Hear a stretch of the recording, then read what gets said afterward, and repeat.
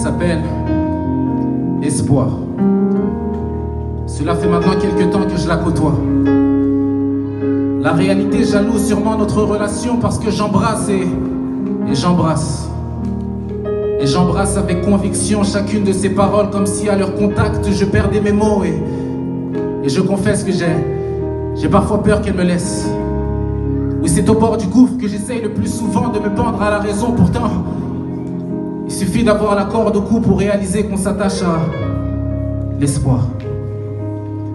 Et elle m'a assuré que très peu lui sont restés fidèles. C'est vrai qu'elle donnait souvent l'impression d'enlacer plus d'un, mais la plupart de ces coureurs de jupons ont pris leurs jambes à leur cou quand elle réclamait une alliance sur laquelle serait gravée persévérance. Alors, je lui ai promis. Et non, ce n'est pas faute de dire que j'y suis sensible. Touchante elle est, mais loin d'être tactile, je la tiens à peine du bout des doigts.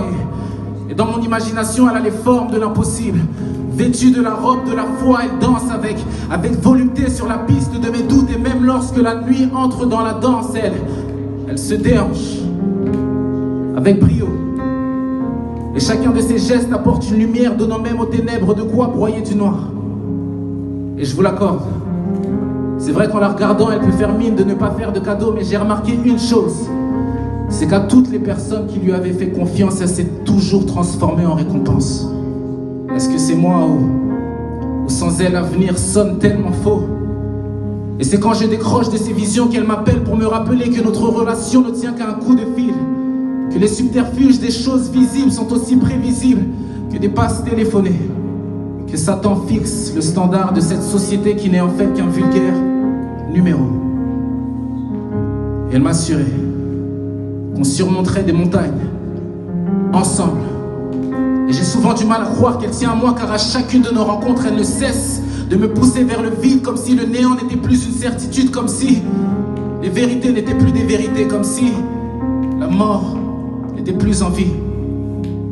Alors dans les moments chaotiques où la détresse et l'angoisse me traitent comme si nous étions parentés, dans les instants où je considère que le mot jamais et le mot futur sont issus de la même famille, elle me rappelle que Dieu est un père aimant qui s'acharne comme si aucun de ses autres fils ne comptait, qui s'acharne jusqu'à ce que l'amour me rende aveugle, jusqu'à ce que j'appelle mes propres yeux ennemis, car Dieu le sait. Ce qui est visible a aveuglé plus d'un aveugle, et ce qui est palpable a trompé plus d'un fidèle, oui Dieu le sait. Et je comprends aujourd'hui pourquoi l'espoir a décidé de me tirer dans un monde où l'impossible côtoie la vulgarité, dans un monde que mon intelligence a hâte de questionner, un monde que mon cœur a hâte d'explorer, car Dieu le sait. Si dans ce bas monde avoir le bras long est synonyme de piston, alors sans intérêt j'ai fait de l'espoir mon plus grand recours.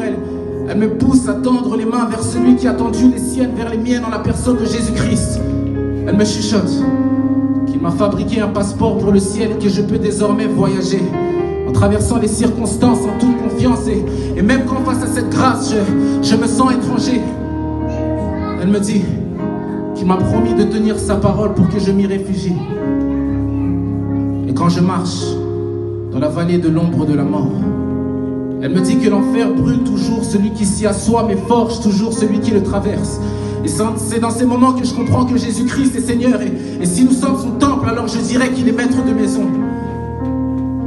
Alors pour l'amour du ciel, si la tentation d'abandonner venait sonner et toquer à votre porte, sourire aux lèvres, sachez que les fleurs qu'elle tient à la main ont le parfum des regrets et de la tristesse. Alors pour l'amour du ciel, ne la suivez pas.